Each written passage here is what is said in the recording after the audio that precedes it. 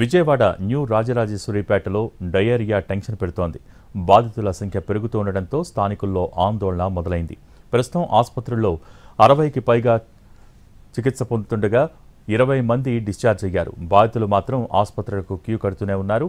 తాగే నీరంతా ఎర్రగా వస్తుండటంతో జనం టెన్షన్ పడుతున్నారు. వెంటనే అప్రమత్తమైన వైద్య ఆరోగ్య శాఖ అధికారులు మొత్తం 10 టీములతో సర్వే చేయిస్తున్నారు. ఒక్కో టీంలో ఒక ఆశా వర్కర్, ఒక ఏఎన్ఎం ఉన్నారు. మంత్రి నారాయణ బాధితులను పరామర్శించారు. అనంతరం వీఎంసీ వైద్య ఆరోగ్య అధికారులతో సమావేశమవుతారు.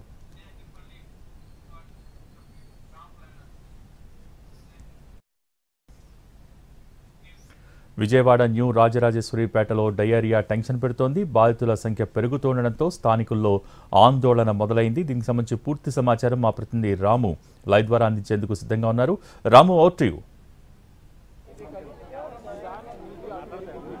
భోగి ఖచ్చితంగా అయితే ఇక్కడ కేసులు అయితే పెరుగుతున్నటువంటి పరిస్థితి అయితే ఉంది. 60కి పైగా కేసులు ఇప్పటిదాకా నమోదయ్యాయి. అందులో 20 కేసులు డిశ్చార్జ్ అయినటువంటి పరిస్థితి. అయితే ఇప్పటికే కొన్ని ఎమర్జెన్సీ కేసులు ఎవరైతే సీరియస్ కేసులు ఉన్నాయో వాళ్ళందరినీ కూడా ప్రభుత్వ ఆసుపత్రికి తరలిస్తున్నటువంటి పరిస్థితి అయితే ఉంది. ప్రభుత్వ ఆసుపత్రిలో 34 బెడ్లతో ఒక ప్రత్యేక వార్డును ఏర్పాటు చేశారు. ఇప్పటికే 38 మంది అడ్మిట్ అవడంతో ఇంకొక కొత్త వార్డును కూడా ఏర్పాటు చేసినట్టుగా అయితే సమాచారం అందుతుంది. ఇంకొక పక్కన పాత ప్రభుత్వ ఆసుపత్రిలో కూడా దీనికి సంబంధించి ఏర్పాట్లు చేసినటువంటి పరిస్థితి అయితే ఉంది. అయితే స్కూల్లో ఏదైతే మెడికల్ క్యాంప్ ఉందో ఆ మెడికల్ క్యాంప్ లో ఉన్నటువంటి పరిస్థితులు, ఇక్కడ ఎలాంటి చర్యలు ఉన్నాయనేది కూడా తెలుసుకోవడానికి మంత్రి నారాయణ అయితే వచ్చినటువంటి పరిస్థితి అయితే ఉంది. మంత్రి నారాయణ ఇప్పుడు మీడియాతో కూడా మాట్లాడతారు. ఒక 2 నిమిషాల్లో మంత్రి నారాయణ వచ్చి ఇక్కడ పరిస్థితులను అయితే సమీక్షించినటువంటి పరిస్థితి అయితే ఉంది.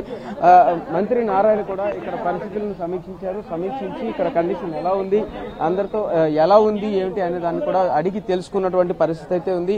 ఖచ్చితంగా కూడా ఇక్కడ ఎలాంటి కండిషన్స్ ఉన్నాయి, ఎలాంటి చర్యలు తీసుకుంటున్నారు అనేది కూడా చెప్తున్నటువంటి పరిస్థితి అయితే ఉంది. మంత్రి నారాయణ ఇక్కడ మొత్తం అంతా కూడా పరిశీలించి ఇక్కడ నుంచి బయలుదేరి చుట్టుపక్కల అంటే పక్కనే ఉండేటటువంటి వాటర్ ట్యాంక్ లో ఎలాంటి కండిషన్స్ ఉన్నాయి, వాటర్ ట్యాంక్ లో కూడా కలుషిత నీరు ఉంది అని చెప్పేసి కూడా ఇప్పటికే వచ్చినటువంటి ఆరోపణల నేపథ్యంలో కూడా దానికి సంబంధించినటువంటి పూర్తి సమాచారాన్ని తెలుసుకోవడానికి ఇక్కడికి ఈఈలతో అలాగే వైద్య ఆరోగ్య శాఖ అధికారులతో కూడా మాట్లాడి పక్కన ఉండేటటువంటి పరిస్థితులను గమనించడానికి అయితే భోగి మంత్రి నారాయణ వెళ్తున్నారు. భోగి ఇది ప్రస్తుతం ఇక్కడ ఉన్నటువంటి పరిస్థితి.